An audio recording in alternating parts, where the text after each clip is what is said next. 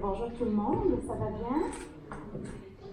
On est là, Antoine et moi, pour vous présenter ce qu'on fait. Donc, Gwenaëlle Chailloux, je suis professeure en chimie marine à l'ISMER, à l'UQAM. Puis, je vais quand même vous dire un truc, c'est que ça doit être un peu plate, la biogéochimie, parce que j'ai deux anciens étudiants de thèse qui sont maintenant scientifiques de données. Alors, ils produisent tellement de données finalement qu'ils doivent réfléchir à se questionner sur comment on va faire.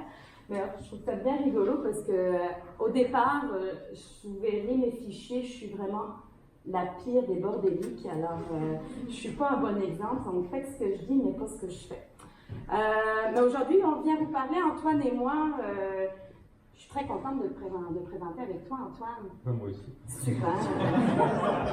On vient vous présenter ce qu'on fait avec Antoine dans le cadre des travaux de mise en valeur des données du réseau Québec Maritime.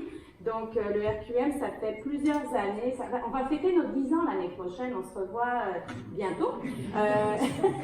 Et au cours de ces 10 dernières années, il y a eu beaucoup de données via des missions concertées et des projets de recherche, notamment via le programme Odyssée, qui ont généré beaucoup de données. Puis quand, un moment, un peu après pendant la pandémie, là, on s'ennuyait.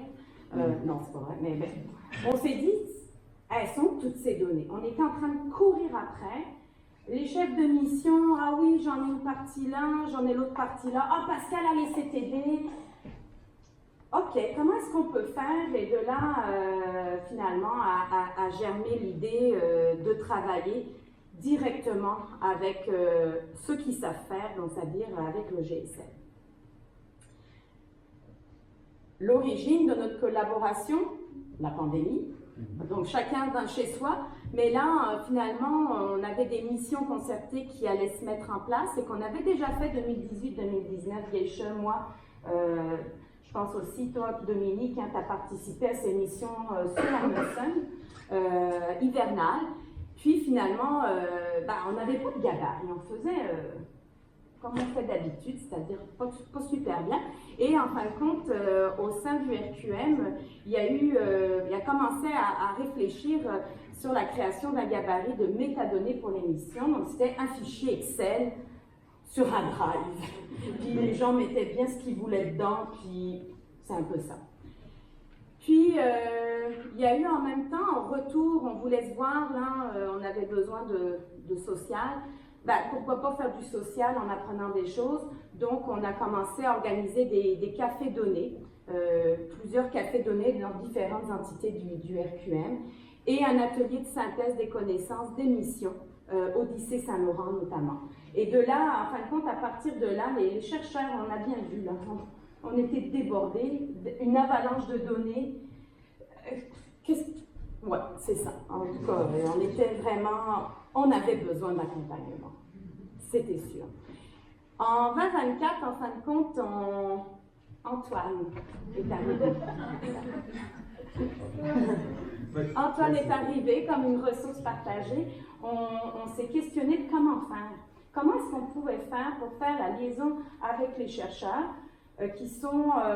il faut quand même connaître le milieu universitaire pour pouvoir venir nous chercher. Il faut connaître un peu notre dynamique de cet écosystème-là, comme tous les écosystèmes de travail. Hein.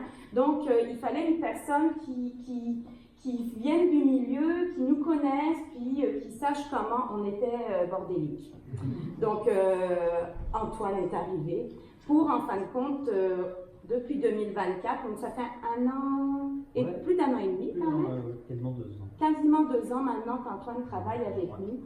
Et on a mis en place 27 jeux de données intégrés, donc 27 jeux de données qu'on est parti à reculons. Là, Antoine a rebroussé par en arrière, là, puis il est allé chercher toutes ces données-là. Et on pense que c'est pas fini. Non. Antoine, je te laisserai présenter. C'est ça, du coup, tout ce travail, finalement, à aller chercher toutes les données, à récupérer les données CTD, apprendre à les... apprendre aussi un peu le processus. Qu'est-ce que tu as fait pendant 2 ans? Oui, c'est ça, c'était... en arrivant, il fallait aussi apprendre un peu le processus de calibration, par exemple, pour les données CTD, parce que si le but c'est d'aider, il fallait qu'on soit aussi dans une continuité avec ce qui se faisait déjà, donc qu'on puisse avoir des résultats qui soient similaires de mission en mission, apprendre tout le travail de standardisation, contacter tous les chercheurs. C'est encore un processus. Hein. L'émission depuis 2018, du coup, ça fait beaucoup de chercheurs à contacter. Et c'est ça. Et au fur et à mesure, du coup, intégrer les jeux de données. On a commencé par toutes les CTD des différentes missions concertées. Donc, et on a réuni finalement tous ces jeux de données différents qui sont issus des programmes du RQM sur une carte ici interactive. Donc, si vous voulez, vous pouvez. Vous avez bien un téléphone. On a un jeu pour vous. On va vous faire voyager parce que là, on trouve qu'avant la pause, hein, donc je vous inviterai à scanner. Est-ce que vous le voyez, le code QR, ou le lutrin, il vous gêne? Non, ça me fait extrêmement. Le lutrin, il gêne? Bah, moi aussi, je le fais. Tu vas m'apprendre à faire. Globalement, ça vous amène sur cette carte sur laquelle vous pouvez vous déplacer. Et le but de cette carte, c'est vraiment aussi de mettre tous les jeux de données ensemble et d'avoir toutes les informations aussi sur les jeux de données. Donc, par exemple, si vous cliquez sur le petit point entre Rimouski et Matane, et que vous allez cliquer sur la liste des jeux de données, vous pourrez directement avoir la description de la mission et directement les ressources qui sont associées. Donc, on peut directement aller voir les données CPD sur AirDAP, donc je ne vous conseille pas sur le téléphone. Hein, Ah oui, ça peut se faire visible beaucoup. Ou directement le rapport de mission. Et ensuite, on peut bien sûr aller sur la page du jeu de données. Donc ça, c'est un produit qui est construit au niveau de l'OGSL, mais qui permet justement de récupérer toutes les données, les pages de données du RQM en un seul endroit pour augmenter la découvrabilité finalement des jeux de données, ce qui était parce que pour nous, c'est un des mandats qu'on a en tant que réseau, c'est de rendre disponibles les données qui sont produites le plus facilement, mais aussi le plus rapidement. Quand on sort du bateau, on a beaucoup de données, on a eu beaucoup de jours en mer, et ce qu'Antoine a fait de vraiment important pour nous, c'est qu'il y a eu en place avec Pascal, ils ont travaillé à mettre une méthode, un workflow là, en place, que quand on sort du bateau, le chef de mission, en fin de compte, on n'a plus besoin de courir après lui pendant 2-3 mois, qu'il veuille bien nous donner des données, son rapport et tout, mais on le fait en fin de compte directement.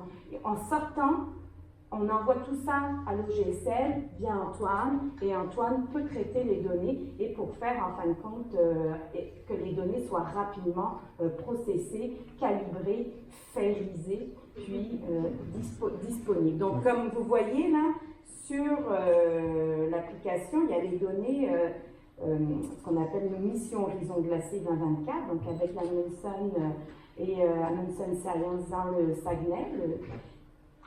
Puis, ça, c'est une mission vraiment qui a, pour nous, au RQM, été dans le cadre de notre programme plein avec le MTMD et qui a permis, en fin de compte, vous voyez, 21 institutions, 30 chercheurs présents et impliqués dans le projet. Il y avait 13 projets de recherche sur l'Amundsen pendant ces 9 jours d'opération, plus de 21 sites échantillonnés. Alors, ça en fait beaucoup de données diversifiées. On parle de la macrofaune, mais on parle des polluants, on parle de nos fameuses CTD, nos fameuses données de base, biogéochimiques de base, mais il y a tout un tas d'une diversité de données et l'idée ici, c'est vraiment de faciliter le passage de la donnée brute de l'instrument directement sur l'OGSL. Donc, j'ai vraiment hâte qu'un jour, en fin de compte, l'OGSL soit branché à la CTD directement sur le bateau. Là, vous voyez ça arriver, ça serait vraiment super. Donc, un gros travail de transformation de nos pratiques aussi. Hein. Geishel l'a bien dit, moi aussi je suis des années disquettes. J'ai fini ma thèse sur une disquette. Alors, toutes mes données de thèse sont encore soit sur CD-ROM, soit sur... ouais, peut-être pas que c'est CD-ROM quand même, je ne sais pas si bien. Donc, en fin de compte, ce qu'on offre avec le RQM et l'OGSL, on offre un soutien un soutien pour vous assister et répondre aux questions sur les plans de gestion de données. Comment est-ce qu'on fait avant? On offre aussi de standardiser, donc une prise en charge de la standardisation des bases de données en vue de leur publication dans les répertoires de l'OGSL, mais de leur publication tout simplement.